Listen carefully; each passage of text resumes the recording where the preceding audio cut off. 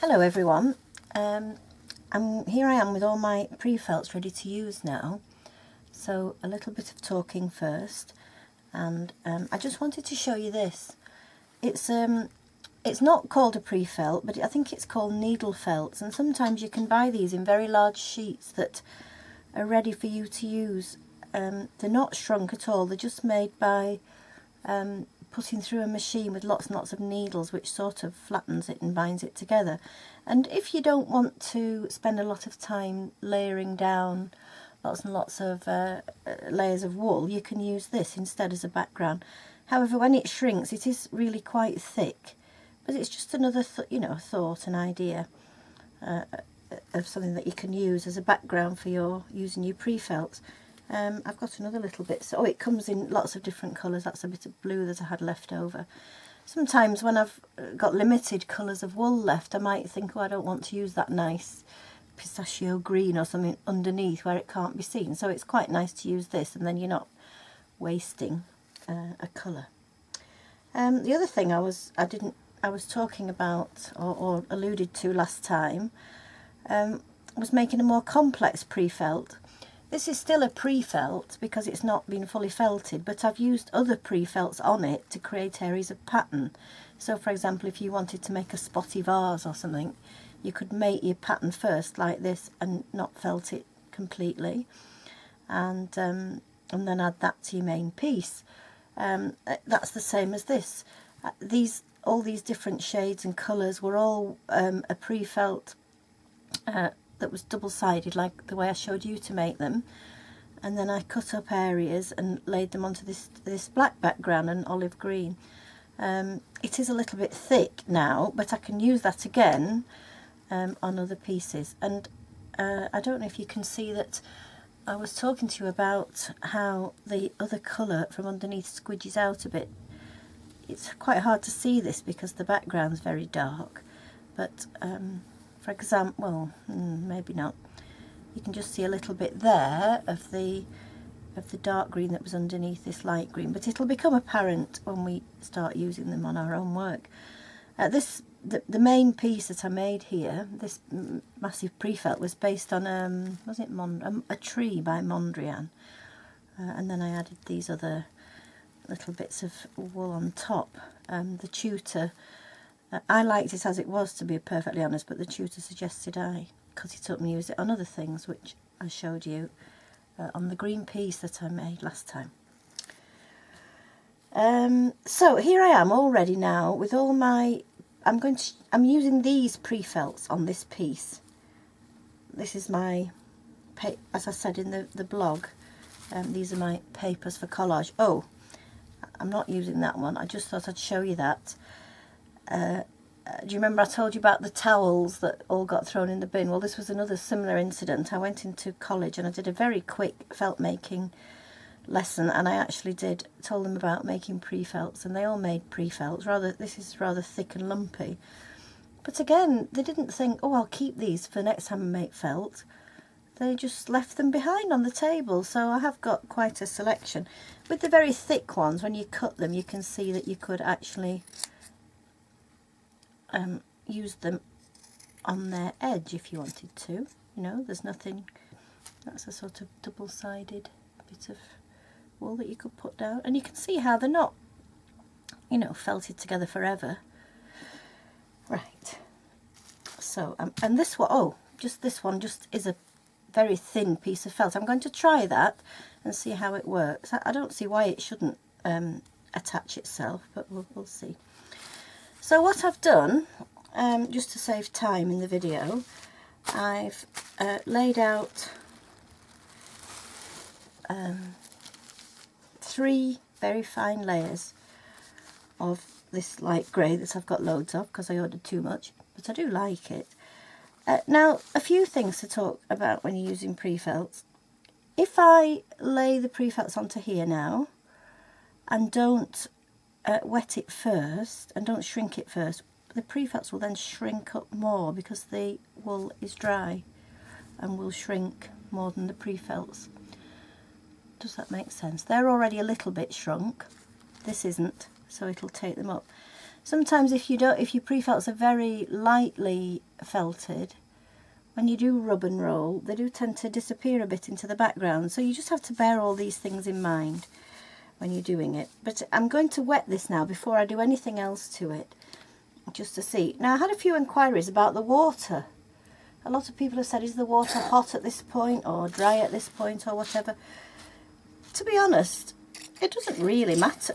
I have made felt when I've been too lazy to go into the bathroom and I have no water source in this room. I've just used the water that was already in my bowl. But this is hot water. I think hot water makes it felt a bit quicker, but it's not essential. You can always heat it later. Some people like to shock it at the end with hot, cold, hot, cold. And other people talk about rinsing it with vinegar and all sorts.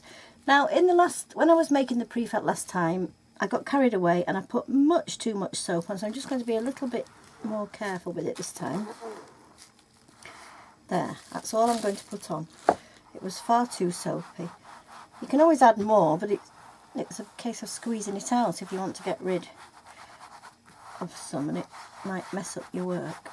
And also, like as I said in the first lesson, I think if you use too much, it actually prevents it from felting together. So just giving it a good little bit of a wet down. On the last blog post, the picture that I showed you had a little piece being prepared with pre-felts, and I hadn't wet the background. It didn't matter in the end. I'm just going to roll this a little bit now, just to shrink it slightly. So in a sense, it's going to be another pre-felt, but it's a background one instead. So I'll just give it a little bit of a roll, not a lot. Now, that'll do, just for now, just to get it sort of started off. Now, I haven't got any plans for this piece at all, so I'm just going to work sort of intuitively, as they say, which, you know, sometimes can be a complete disaster, but never mind. I don't really design much. I have a little book here that I've got some scribbles on. Let me just see if I've got I just got on with some Graffy tint pens, and I just do some scribbly sort of things that, you know, I don't exactly copy them. I went to walk and I saw this lovely rose bay willow herb, and the bright pink in the autumn was lovely, so I had to come home and just make a bit of a record of it. And then I walked down a cobbled road when I got out with Hetty, and the willow leaves were just on the cobbles, and I thought that was really nice to have these sorts of big rectangles and then these lovely leaves on the top. And then I quite like 1950s fabric, so that's a bit of a scribble. And I just like botanical shapes generally, so I don't do a lot of drawing, not in the sense of planning a piece, but I work vaguely to these sorts of shapes. I said it was dark last time I made a video. Today I thought I wouldn't be able to make it. It's a dreadful day outside. It's quite nice sitting here looking out at the pouring rain. But on the other hand, I know that I have to very soon take Hetty out for a walk in it, so that won't be very nice, will it? Never mind. She's been a good girl and waiting patiently. Here comes the bus. I quite like having the window out onto the main road. It's quite interesting. And the other day when I was looking out, I nearly turned the camera around because all the little children were walking down to the swimming pool that's at the bottom of the road, all in the little high-vis jackets, and they look really cute. And then I thought if the teacher saw me videoing them through the window, I might get a bit of a bad reputation. So I didn't do. So you just cut these up in as you would pieces for a collage. So I think I'm going to make vaguely botanical sorts of shapes. So being very predictable, I'm putting down brown for a nice brown stem. Don't forget, they don't stay like this. They do soften greatly. And often, you know, you can make an absolute mess of the piece that you make. But once you start stitching on it, it becomes something else. I really got going doing these things because I just one day at the felt group made a piece, and somebody said, "Oh, that's nice," and I didn't really like it, but then I just decided to stitch it. I'll put a picture of it, well, there will be a picture of it on the blog with this video. And it became, really, when I put it on Facebook, I got loads of new likes and people wanting to buy it and, you know, that kind of thing. So, you know, happy accidents. Is it called serendipity? I'm not so thrilled with this really, but we'll see. Right, so I'll add some leaves, I think now. You know that I like to put these little leaves on. And, sorry, I should do so you can see. I'm cutting up little bits from this pre-felt and doing a branch of leaves. What I tend to do, if I do a branch of leaves and they're all one colour, I always like to be a bit quirky, but maybe not make them all the same, turn it the other side. That's why it's nice having two-sided, because you can just turn it the other way and have one of your leaves a different colour. So I've turned that over there. So you can see I'm just making really a collage. It was nice when a lot of people messaged me after the last video and said, oh, it all makes sense now. I can't wait to see what you all do. I'm thrilled to bits with what you've done so far. I'm having to make this video very quickly after the previous one, so I haven't had much time to look at what you've done. Because of the length, I keep going on about it, with the length of time they take to upload and the uncertainty of whether it's actually going to, whether the internet connection is actually going to stay on all night. I mean, if I set it off to upload tonight and then in the middle of the night the internet connection goes off, I'll have to start all over again. So it, well, you'll know by the time you're listening to this whether it's been successful, because if you get it on Friday, you know it hasn't.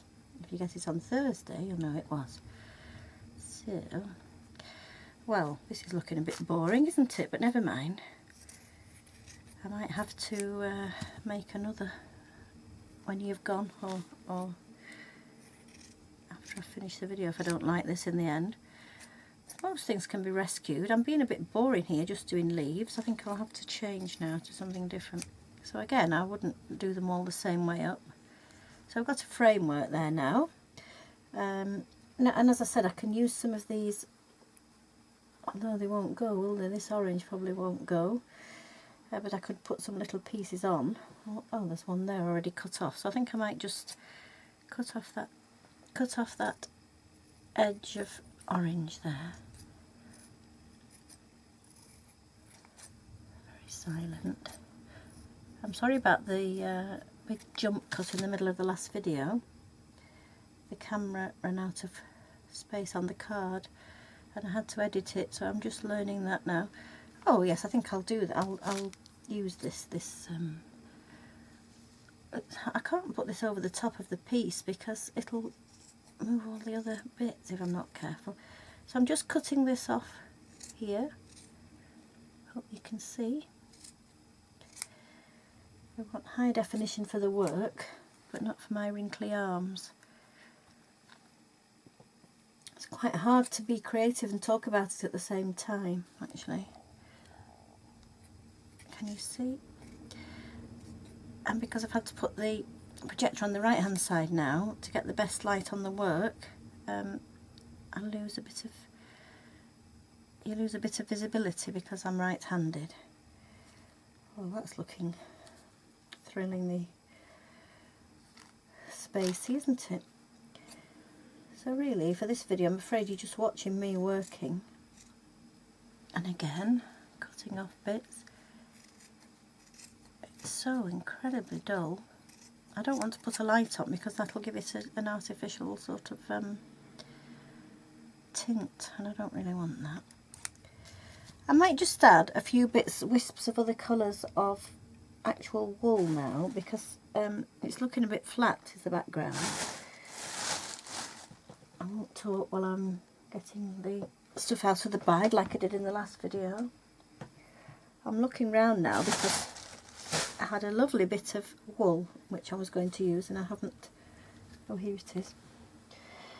Do you remember me telling you about these wool rovings? Well, they're quite nice if you want just to sort of split up and use on your background as part of your background. This is Kathy who's one of our students. This is how I did the background to that green piece that you have now. So, and then in fact it actually inspired the whole piece, the whole shape and shades of the piece. Not too sure, let's see. The thing is, when you're watching me working, I do change my mind a lot. So you can add shapes as well, like you did on the first piece that you made. Some of them are absolutely stunning that you've put on the internet, and I can't wait until we get on with stitching them. I don't know how we're going to manage when the next lesson is going to be about machine embroidery, so we're going to put all the felt away, and you're going to have to resist thinking about it until you've learned how to machine embroidery, unless you already can. But then again, I think it's nice to go through it together, so don't use all your bits of felt up. If you do want to play, save a bit for later that we can sort of look at and do together. I'm just thinking of these with a view to the stitching later. Just checking that you can see. Oops. Just sort of half close your eyes and have a look and see if it makes good composition sense. I know you're looking at it upside down, but I might make these into little flowers. The orange piece that I put on the last blog post as well had some of these little pieces on from this pre-felt, so that's where they came from. I'm finding this background a bit boring. I should have really done a bit before I started, perhaps. Let's have a think. Let's have a look down here. So I'll add a bit more colours, a few more colours and wisps.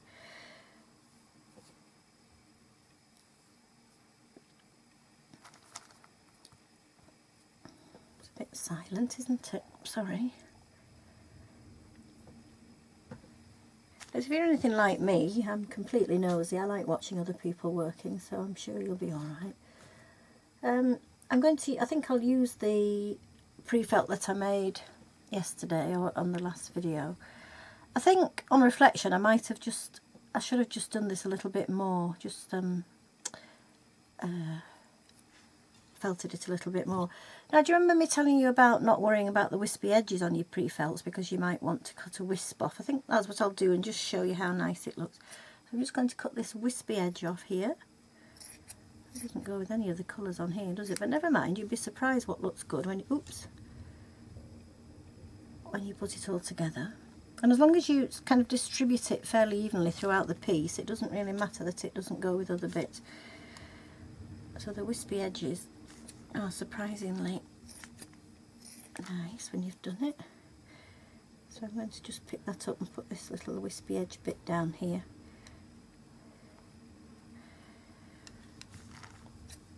I hope this isn't going to be one of those pieces that I don't show anybody when it's finished. It's looking a bit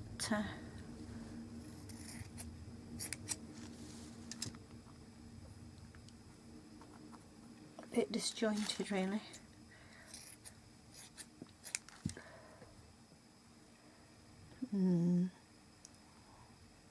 Oops. What you've got to remember as well is that when you put these pre-felts on, they're quite far apart at this stage, but then when it shrinks they will all get nearer together. So just make, leave spaces really to let's have a think. I think that needs something over there. Oh, I know what I'll do. I rather like putting little spots in, so I'm going to cut up some little circles. Now, they don't tend to stay terribly circular when you put them down, but they give a little blob, and you can always define them with stitching. So I think we'll have some little spots.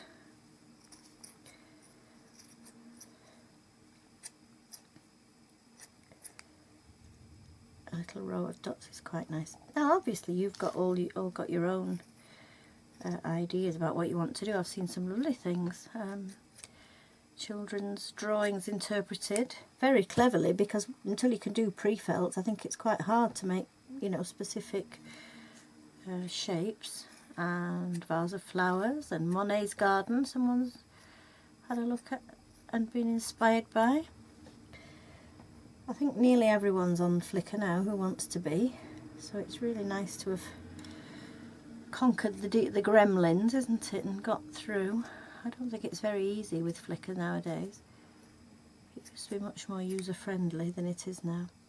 I think we'll carry that dotted line on. I made a piece a while ago. I'll put it on the blog, and I put some of these pieces on it because it just needed it, and I showed it to someone and they said, oh, that's nice, it wouldn't be anything without those dots. And I thought, well, that's why I put them there, isn't it? Funny what people say, isn't it?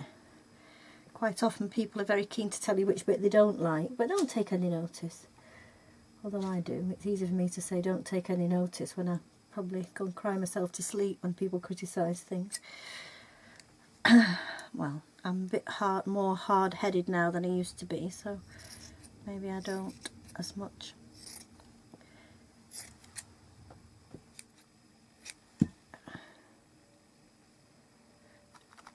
There we are. So it's getting quite busy now, and I'm perhaps not thinking about it as much as I was, and sometimes it's quite good to be on automatic pilot, because it, you know, if you work intuitively, it is quite a nice way to do it. Just kind of letting yourself drift off into what my son calls the zone. But I've just made a batch of brooches, and I just couldn't make them nice. I just didn't like them at all. And you just have to get into this zone, because there is something, I'm not saying you get taken over, that's stupid, but you do actually get into the right frame of mind to create things. I think there's a big space in the middle there, isn't there? Perhaps I'll put some coloured wool in there.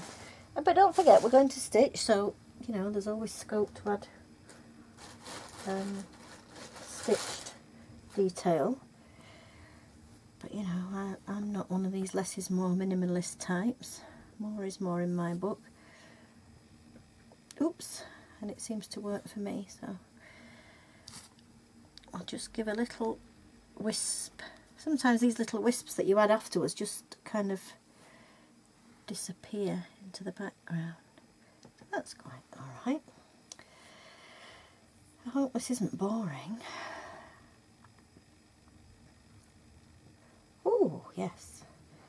Get that little turquoisey bit, it lifts a lot of things up. Hope you can see, yes you can.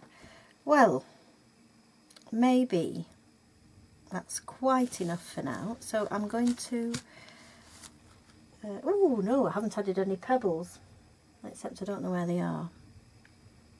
I'll just stop the video for a sec while I go and find the pebbles. So here I am, I've had a root and I found the pebbles.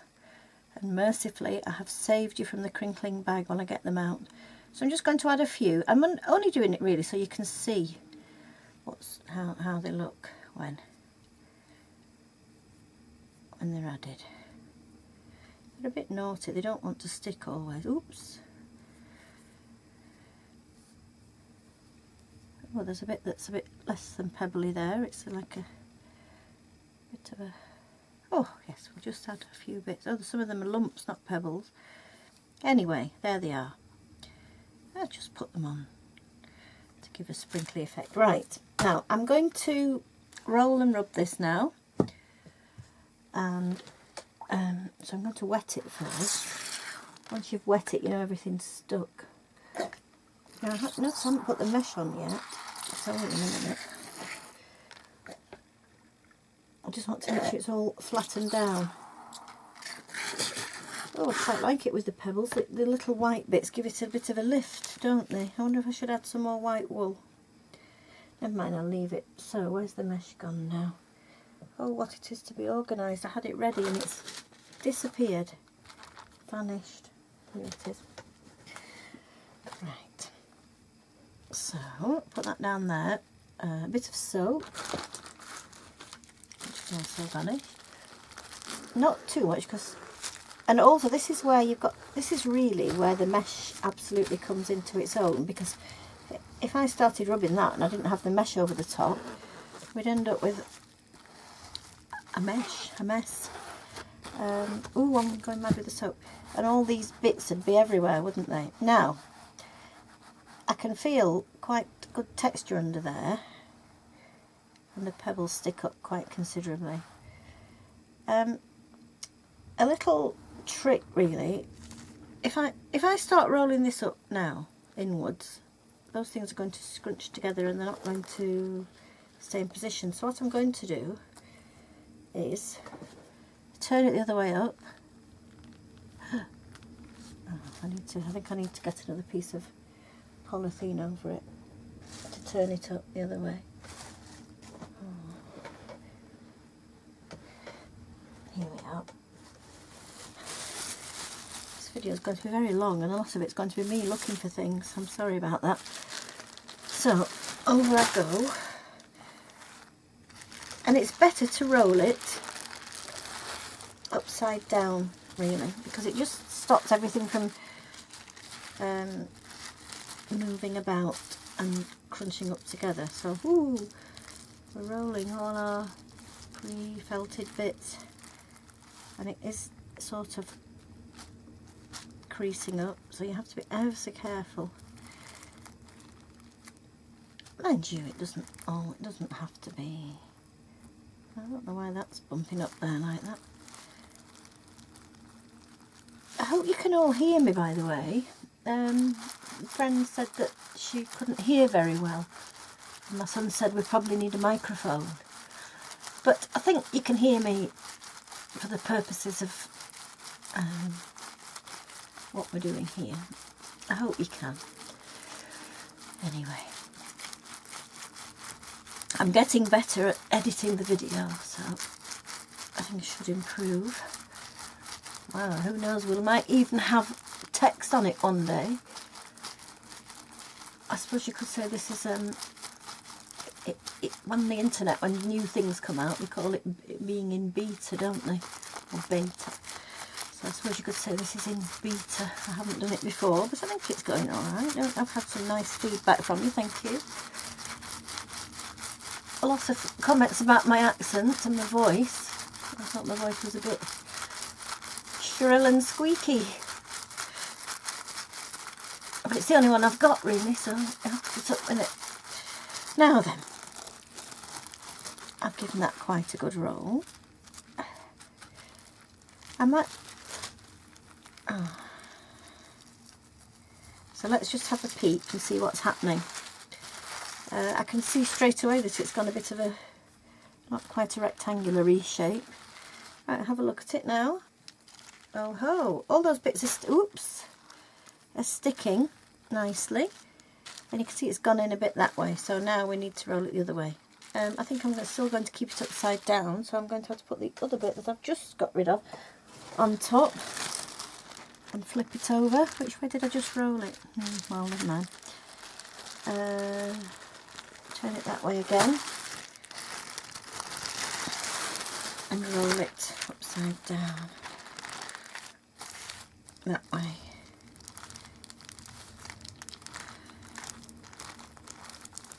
Now I'm just debating whether to leave the video on throughout the entire process or skip ahead a bit. I'll do a few.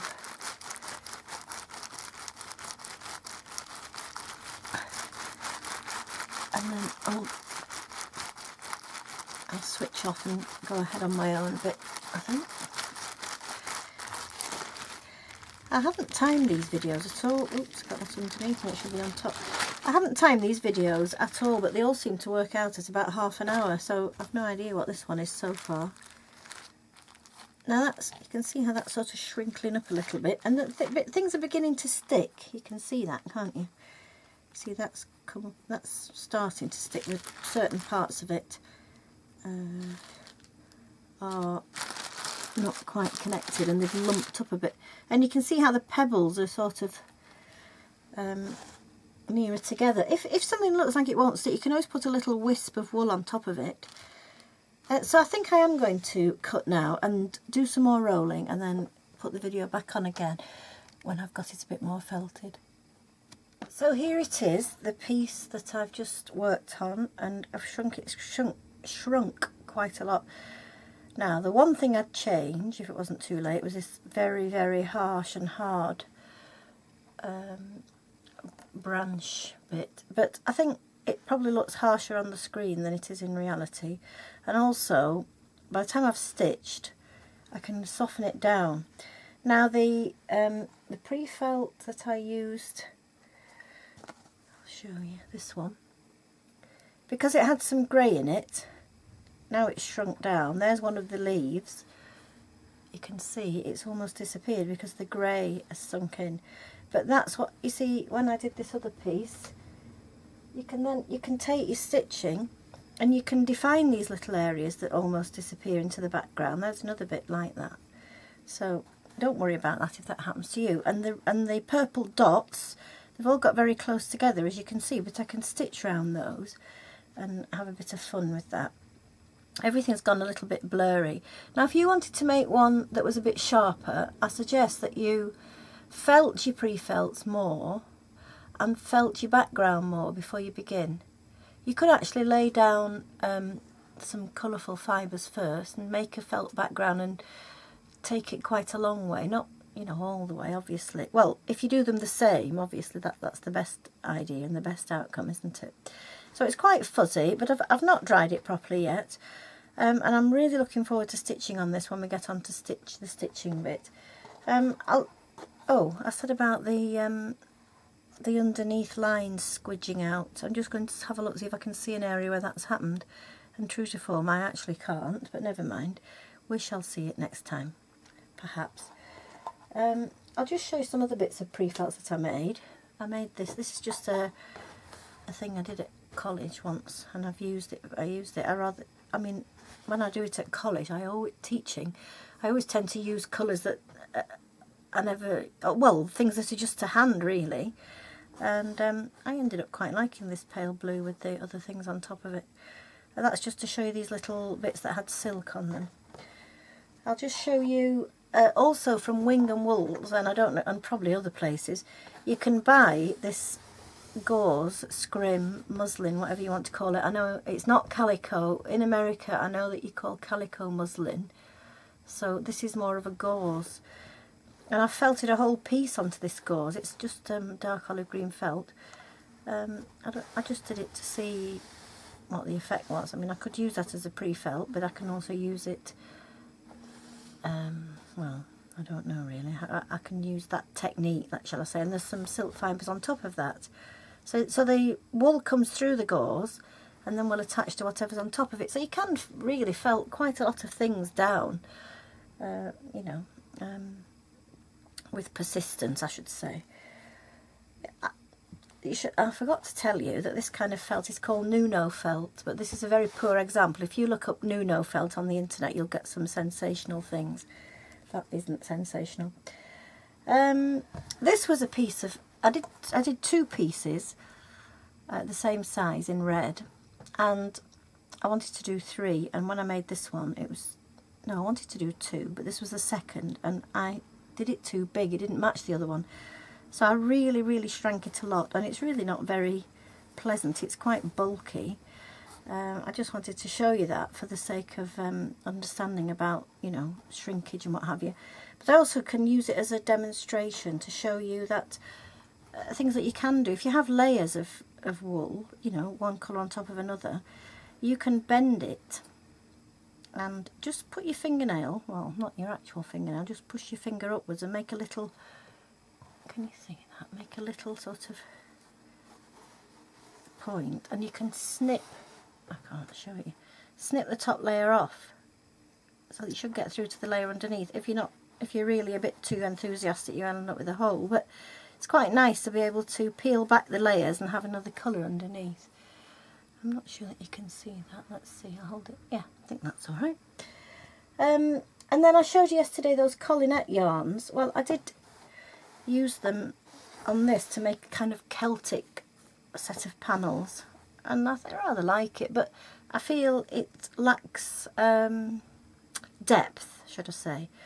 I have another one that's nicer, and I started to stitch on it and it just didn't work because the stitching was too hard against the background. I actually quite like it as it is, but I feel now, coming on so far with stitching and with making pre-felts, that perhaps there's a bit lacking in it. So I used this lovely Collinette yarn, and it was such a nice palette. It was a sort of grey and pale green and a slightly peachy, really lovely.